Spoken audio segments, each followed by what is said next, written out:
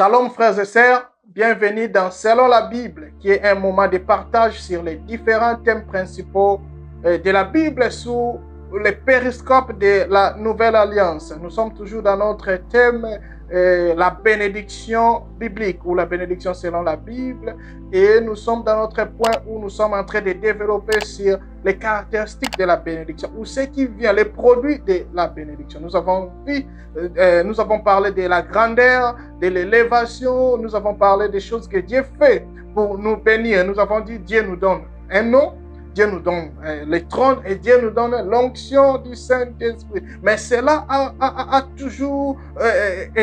vient toujours pour un objectif, pour accomplir une vision plus grande que notre personne, pour accomplir une œuvre plus grande que notre petite famille. Quand Dieu nous bénit, c'est pour servir les autres. Quand Dieu nous élève, c'est pour servir les autres. Nous pouvons voir ça aussi dans Matthieu chapitre 20, versets 25 à 28. La Bible dit, et Jésus les appela. Là, Jésus parle à ses disciples. Il leur dit, vous savez que les chefs des nations dominent sur elles et que les grands les tiennent pour leur pouvoir. Ce ne sera pas le cas au milieu de vous. Vous voyez, dans le monde, quand quelqu'un est élevé, il écrase les autres. Mais dans l'église, un enfant de Dieu, quand il est élevé, lui, il sert les autres. Jésus dit, il dit, si quelqu'un veut être grand parmi vous, il sera votre serviteur. Si quelqu'un veut être le premier parmi vous, qu'il soit votre esclave. Donc Dieu bénit pour les autres. Dieu bénit et nous met au service des autres. Dieu nous élève et nous rend en réalité serviteurs ou esclaves des autres.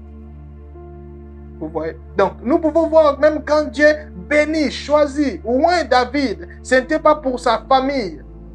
Dieu dit, j'ai choisi David, l'homme selon mon cœur, qui accomplira toutes mes volontés, qui va conduire mon peuple. C'était pour la nation d'Israël, ce n'était pas pour David seulement. Oui, bien sûr, David a bénéficié de cela, mais le but, l'objectif final, c'était la nation tout entière. Et quand Dieu, nous avons dit aussi que quand Dieu a béni Abraham, c'était pour bénir toutes les nations. Ce n'était pas pour Abraham seulement. Et vous allez voir quand Dieu oint Jésus-Christ dans Actes chapitre 10, verset 38, la Bible dit, vous savez comment Dieu a oint Jésus du Saint-Esprit et de la puissance, qui allait de lieu en lieu faisant du bien. Donc, quand Jésus a reçu l'onction, ce n'était pas pour acheter des maisons, ce n'était pas pour acheter des voitures, ce n'était pas pour montrer les habits, ce n'était pas pour acheter des jets privés. Ce n'est pas mauvais si Dieu vous donne la possibilité d'en avoir. Mais l'objectif final de l'onction, ce n'est pas les biens matériels. Ce n'est pas vous, ce n'est pas votre propre personne. C'est pour les autres, c'est pour la communauté. Voilà pourquoi Jésus reçut l'onction du Saint-Esprit. La Bible dit, il allait de lieu en lieu, faisant du bien. Il n'allait pas achetant des voitures, achetant des habits. Il allait faire du bien. Il n'allait pas en faisant les soldats. Il allait faire du bien gratuitement. L'onction de la grandeur est pour faire du bien. Et pour faire du bien. Alors, pour aujourd'hui, nous allons finir notre message avec notre 5e point, je pense.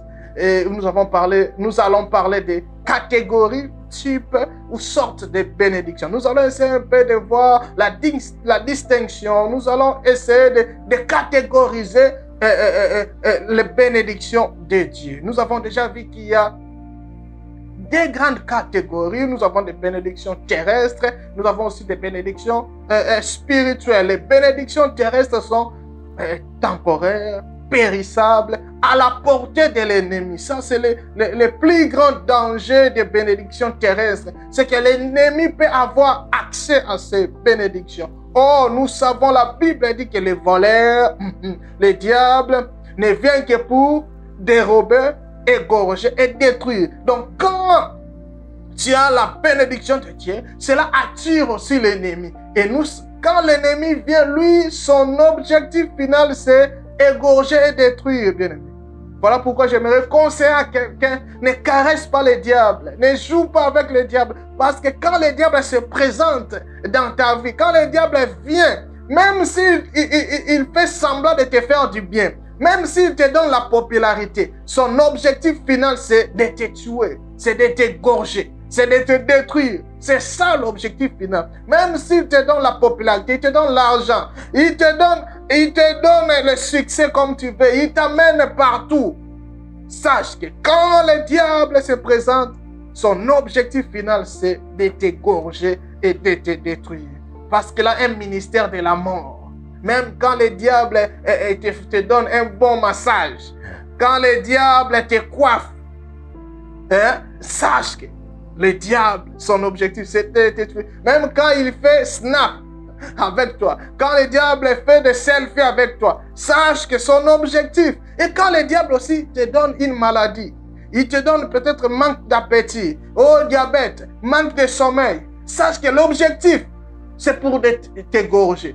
C'est pour te détruire. Alors, ne badine pas avec le diable. Quand il vient, tu dois t'élever avec l'autorité et la puissance du nom de Jésus, avec l'onction du Saint-Esprit et les chasser. Car la Bible dit, résistez au diable et il fuira loin de vous.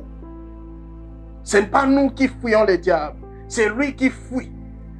Nous ne négocions pas. Mais avant que le diable puisse fuir, tu dois le résister. Tu dois les résister par la puissance du nom de Jésus. Tu dois les résister par l'autorité du trône de Jésus. Tu dois les résister par la capacité de l'onction du Saint-Esprit. Donc, c'est ça, les bénédictions terrestres et à l'accès où le diable peut l'atteindre. C'est ça le plus grand danger de ces bénédictions terrestres.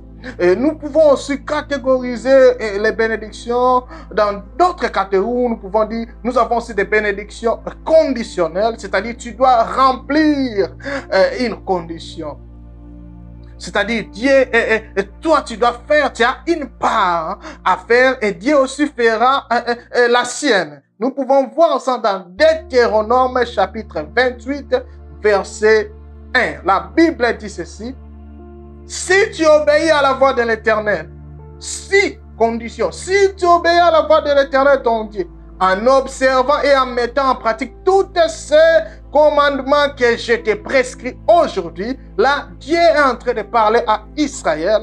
Il dit, l'Éternel ton Dieu te donnera la supériorité sur toutes les nations de la terre. Vous voyez, Dieu bénit, Dieu prononce de bonnes paroles sur Israël, mais c'était conditionnel, le terme conditionnel qui signifie que si vous faites votre part, si vous obéissez au commandement de Dieu, si la nation d'Israël obéisse à Dieu, qu'est-ce que Dieu dit? Dieu dit, je te donnerai la supériorité sur toutes les nations de la terre. Ça c'est conditionnel. Et nous avons aussi des bénédictions inconditionnelles. Tu ne fais rien.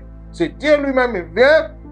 Il te donne des promesses, il proclame des bonnes choses sur toi. C'est-à-dire des bénédictions que Dieu nous bénit sans que nous ayons à mériter ces bénédictions, à les gagner. Ça je l'appelle ça la bénévolence de Dieu, la bénévolence de Dieu. Tu peux être chrétien ou non chrétien, Dieu peut te bénir. C'est dans sa bénévolence.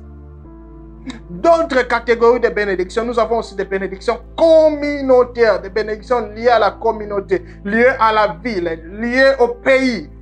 Donc vous pouvez entrer dans un espace ici sur la terre et jouir d'une bénédiction. Même si vous n'étiez pas candidat, vous n'étiez pas lié directement dans cette bénédiction. Mais puisque vous accédez à un lieu quelque part, vous accédez, vous entrez dans une communauté, dans un pays, dans une ville, vous pouvez aussi jouir de bénédictions liées à cet endroit, liées à cette ville. Tout comme vous pouvez aussi être malmené par une malédiction liée à un endroit, à une ville. Donc, chaque fois que nous parlons de bénédiction, il faut aussi le contraire, c'est la malédiction. Donc, nous avons aussi des malédictions communautaires, des malédictions conditionnelles, des malédictions aussi, la Bible dit la malédiction sans cause. Mais en esprit, on peut créer une cause. Vous voyez, donc la malédiction sans cause. Donc, il existe des malédictions inconditionnelles, sans cause. Parce qu'en esprit, quelqu'un peut manipuler et créer une cause. Voilà pourquoi quelqu'un peut marcher et puis on dit non, Agnati Mbash. Alors que ce n'était pas destiné pour la personne. Pourquoi? Parce qu'en esprit, on peut créer une cause et ça peut avoir des effets. Si tu n'es pas gardé, si tu n'es pas puissant, si tu n'as pas le nom de Jésus, si tu n'es pas en Christ, ça peut te créer des problèmes. Donc, nous avons aussi des bénédictions individuelles. Nous avons des bénédictions conditionnelles, inconditionnelles. Nous avons des bénédictions communautaires liées à la communauté. Nous avons aussi des bénédictions individuelles liées à l'individu. Comme Abraham avait reçu une bénédiction liée à lui. Nous avons Jacob qui avait reçu une bénédiction liée à sa personne. Et partout où Jacob allait, vous allez voir si vous lisez la Bible, là-bas dit, j'ai reconnu par divination que Dieu m'a béni à cause de toi, parce que tu es avec moi. Tout ce que tu fais. Vous allez voir même aussi Joseph. La Bible dit, tout ce que Joseph faisait, même quand il était esclave, dans la maison de Potiphar, ressuscité. Pourquoi? Parce qu'il était béni. Il avait une bénédiction individuelle qui était liée à sa personne. Alors, quand vous rencontrez ce genre de personnes, dès que vous vous connectez à ces gens, vous aussi, vous pouvez vous jouir de cette bénédiction. Bénédiction individuelle, liée à l'individu, liée à la personne. Et nous pouvons maintenant voir aussi qu'il y a plusieurs sortes de bénédictions. Car toute bénédiction ne te rend pas riche. Il y a plusieurs sortes de bénédictions. Donc, quand nous parlons de la bénédiction, nous devons savoir qu'il y a plusieurs sortes de bénédictions. Nous pouvons voir, si vous lisez Deutéronome, chapitre 28, vous commencez du verset 10e au verset 14e.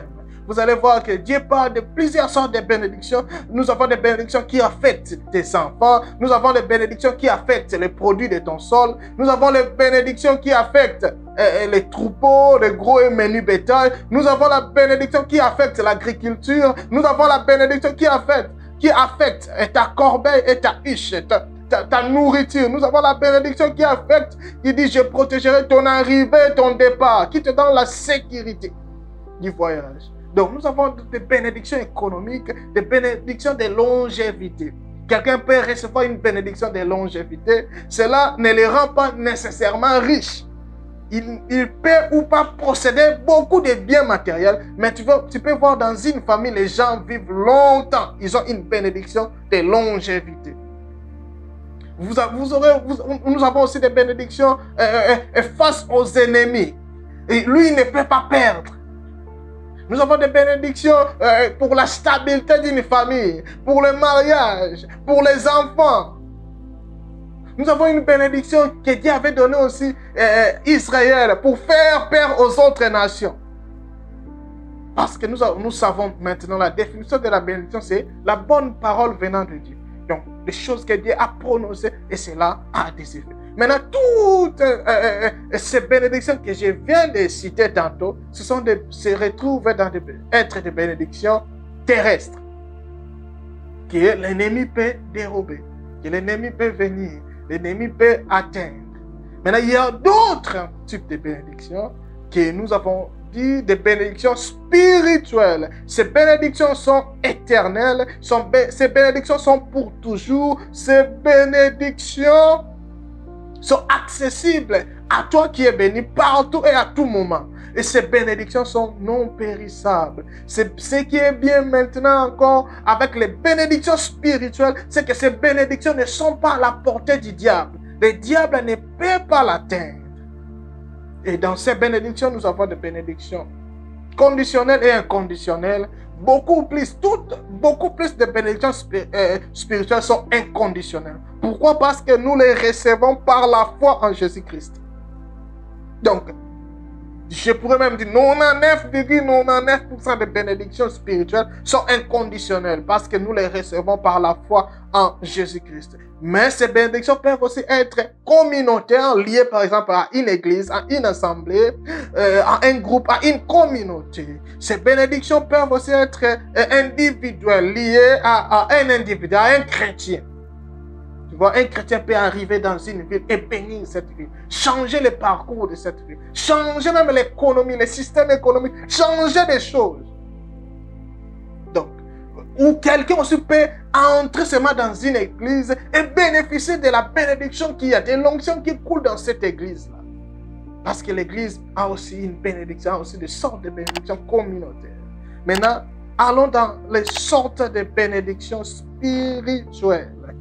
La Bible dit ceci dans Éphésiens chapitre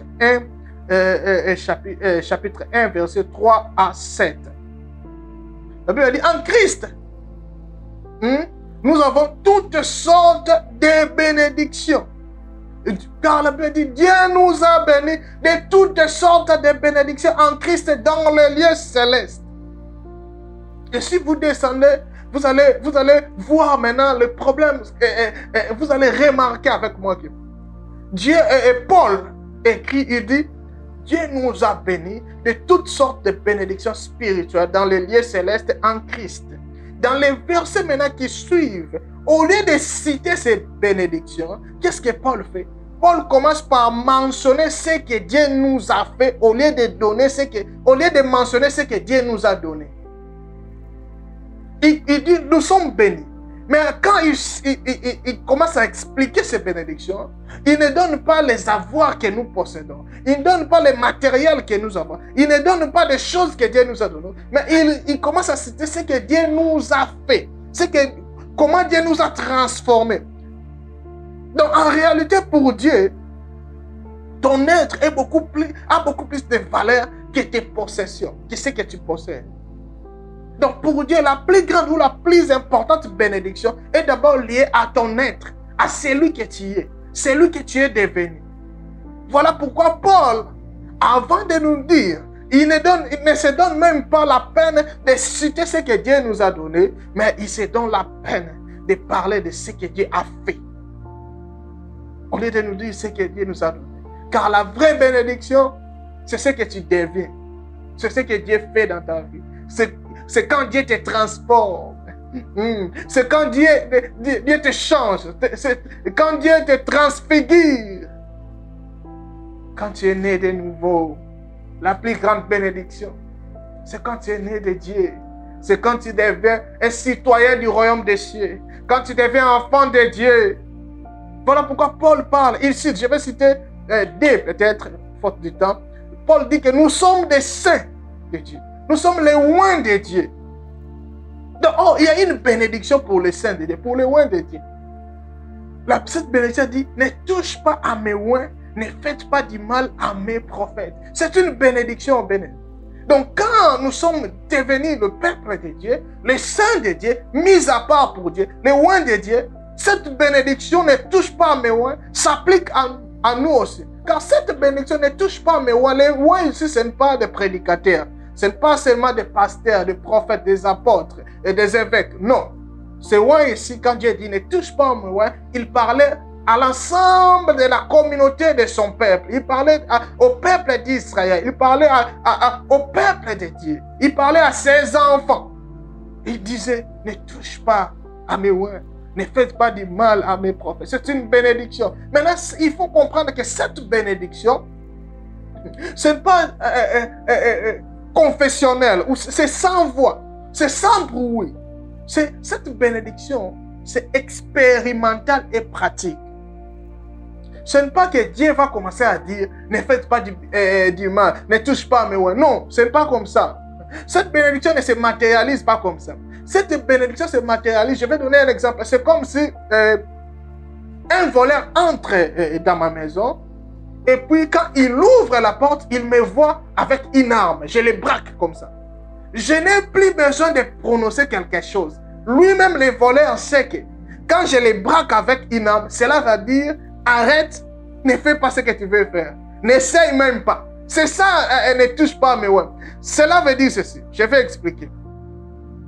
Quand tu deviens un enfant de Dieu, quand cette bénédiction se matérialise dans ta vie, il y a une gloire, il y a une nuée. C'est ce qui s'est passé avec les enfants d'Israël dans le désert. Il y avait une nuée qui les couvrait. Et c'est cette nuée qui signifiait ne touche pas à mes oints. Dieu n'avait plus besoin de venir dire ne touche pas à mes oints. Dieu n'avait plus besoin d'utiliser une voix, d'utiliser la parole. Et les enfants d'Israël n'avaient plus besoin de commencer à répéter, ne touche pas à mes oints. Non. la nuée était là. La nuée s'assurait. La nuée était, était en réalité la parole qui disait, n'essaye même pas. C'est comme quelqu'un qui te braque une arme. Il n'a plus besoin de dire que arrête-toi. Il n'a plus besoin de dire un mot. Toi-même, tu comprends déjà. Là, ça veut dire arrête. Ne fais pas ce que tu veux faire. Arrête. N'essaye même pas. Donc, c'est ça. Quand il y a des dimensions de la gloire, quand cette dimension te couvre, tu n'as plus besoin de dire ne faites pas du mal. Quand un sorcier vient et il voit cette dimension, il sait ce que cela veut dire. Il sait que ici, tu n'entres pas. Il sait quand un sorcier vient dans ta maison, il trouve cette nuée.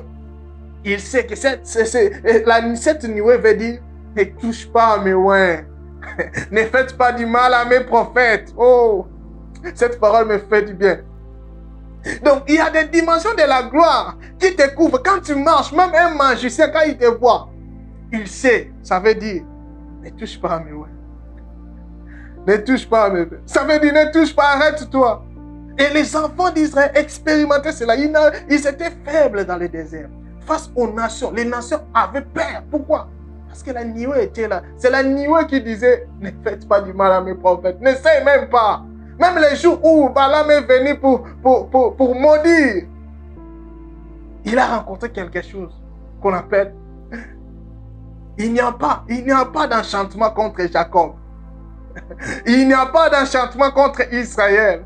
Vous n'avez pas besoin de commencer à répéter ça. Vous pouvez répéter pour vous-même. Mais vous n'avez pas besoin de répéter ça. Il suffit d'être, de marcher, de vivre sous la nuée. C'est la nuée qui va commencer à dire. Quand un sorcier, quand un marabout, quand un féticheur arrive pour te faire du mal, il voit cette nuée. Il voit cette présence. Il comprend. Ici, ne touche pas à mes oins. Ici, ça veut dire il n'y a pas d'enchantement contre Israël, contre mes enfants. Donc, nous pouvons voir les enfants d'Israël qui étaient dans le désert. La Bible dit que même les habits grandissaient. Même les sandales s'adaptaient à la taille de leur pays. Ils ont fait 40 ans sans changer des habits. Donc, les habits grandissaient, grossissaient. Grandissaient avec s'adapter à leur taille. Oh, bien-aimé. Voici la bénédiction spirituelle que nous avons en Christ. Mais pour matériel, il faut vivre sous la nuée. Être sous la nuée, sous la présence de Dieu. Quand tu es sous la présence de Dieu, cela veut dire ne touche pas à mes oins. Personne ne peut te toucher sous la présence de Dieu, bien-aimé. C'est quand nous sortons de la présence de Dieu, quand nous allons vers le diable, quand nous péchons, quand nous vivons dans le péché, que là, le diable a accès dans nos vies. Mais tant que nous restons dans sa présence, sous la nuée, tant que nous vivons sous la nuée, bien-aimé, la nuée veut dire ne touche pas à mes oins. La nuée veut dire il n'y a pas d'enchantement contre cette famille. Il n'y a pas d'enchantement contre ses enfants. Et là, tu commences à bénéficier de tes bénédictions spirituelles. D'autres bénédictions spirituelles que Paul mentionne. Il ne dit pas une possession, il dit que Dieu nous a adoptés. Nous sommes ses enfants par adoptif. Cela veut dire que Dieu a déposé en nous, quand j'écris au Seigneur Jésus-Christ, Dieu a déposé en moi son esprit qui crie Abba. Vous voyez, ça aussi c'est expérimental. C'est pratique et automatique, c'est sans voix. Je n'ai pas besoin de commencer à dire Abba, Abba, Abba, Abba, Abba, comme un féticheur. Non. L'esprit de Dieu en moi. Même quand je dors, l'esprit dit Abba. Quand je mange, l'esprit dit Abba. Même quand je ne sais pas, l'esprit dit Abba. Même quand les hommes complotent contre moi et que moi je ne sais pas, l'esprit en moi crie Abba. Ce qui fait que l'ange peut descendre. Les anges peuvent descendre. Les secours vont arriver. Même quand je dors, même quand je suis distrait, l'esprit de l'Éternel en moi n'est jamais distrait. Alors l'esprit crie continuellement Abba, Abba. L'esprit témoigne que cet homme est enfant de Dieu, que ce garçon est enfant de Dieu, que cette femme est enfant de Dieu. L'esprit crie Abba. Ça c'est une bénédiction que l'argent, que l'on ne peut pas acheter, bien-aimé. Nous sommes par là. Quand tu reçois l'esprit d'adoption, bien-aimé, tu deviens membre de la famille de Dieu. Tu deviens une solution. J'avais dit ça tantôt. Tu deviens une solution. Voilà pourquoi un chrétien ne peut pas déprimer. Si un chrétien déprime, non à cause des problèmes, c'est à cause de l'ignorance. Parce que même quand tu as des problèmes, sache que quand les problèmes arrivent, c'est pour que toi, tu puisses les solutionner. Les solutions se trouvent en toi. Les solutions aux problèmes des autres se trouvent en toi. Bien-aimé. Nous sommes des enfants de Dieu. Nous sommes ces saints de Dieu. Nous sommes mis à part pour lui. Quelle bénédiction. Qui peut nous voler ça? Paul disait, qui peut nous séparer de l'amour de Dieu? Ni même les anges, ni la mort, ni la vie, ni l'argent. Qui est-ce qui peut nous séparer de son amour? Christ est mort, bien plus il est ressuscité. Nous sommes ses enfants. Et ce qui se passe, c'est que quand tu deviens enfant, tu deviens co-héritier. L'héritage que Dieu avait donné à Christ, tu prends part aussi à cet héritage-là. Vous voyez? Maintenant, cet héritage est domicilié en Christ et dans le lieu céleste. Pourquoi? Parce que Dieu avait auparavant donné à Adam l'héritage et cet héritage était domicilié sur la terre. Conséquence, le diable est venu, le diable a volé l'héritage d'Adam. Et l'héritage, ce que le diable a volé à Adam, cela a permis au diable de commencer, d'avoir les moyens de financer son organisation ici sur la terre. De commencer, d'organiser son royaume ici sur la terre. Donc, sans Adam, le diable n'avait pas les moyens.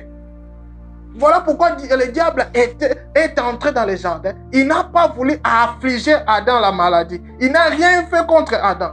Il a utilisé seulement la ruse pour voler la bénédiction d'Adam. Donc maintenant, nous, en tant que chrétiens, nos bénédictions sont dans un lieu très sûr. Nous sommes bénis de toutes sortes de bénédictions en Christ dans les lieux célestes. Bien-aimé, tout ce qu'il faut pour que tu puisses réussir dans ta vie, c'est en Christ. Tout ce qu'il faut pour que tu puisses avoir la paix, pour que tu puisses avoir des enfants, avoir un bon mariage, vivre heureux ici sur terre, c'est en Christ. Le financement, les moyens pour financer ce que tu veux faire, c'est où? En Christ. C'est en esprit et au nom de Christ. Maintenant, il te faut des choses pour bénéficier de ces bénédictions ici. Pour bénéficier de toutes sortes de bénédictions que nous avons en Christ, il nous faut des choses. La première des choses qu'il nous faut, c'est avoir la connaissance de Jésus-Christ. Car les bénédictions sont au nom de Jésus. Et la deuxième chose, c'est le Saint-Esprit, bien-aimé. Car c'est le Saint-Esprit qui va nous permettre de transactionner en esprit, pour avoir l'avantage en esprit. Parce que les bénédictions se trouvent en esprit. Et les bénédictions se trouvent au nom du Christ. Donc quand tu commences à ressembler à Christ, et que tu as le Saint-Esprit, là, tu possèdes. Tu commences à expérimenter, à vivre ces bénédictions. Nous sommes arrivés à la fin. Laisse que cette parole puisse bénir quelqu'un. Laisse que quelqu'un puisse décider aujourd'hui de commencer à ressembler à Christ. D'aller lire l'évangile, les 4 évangiles, Matthieu, Marc, Luc, Jean, pour étudier la vie de Jésus-Christ sur terre et que tu demandes le Saint-Esprit. Au nom de Jésus, le Père va te donner le Saint-Esprit. Et tu vas expérimenter toutes sortes de bénédictions ici sur la terre. Laisse que l'Éternel nous bénisse et que le Saint-Esprit puisse nous aider dans nos familles. Amen.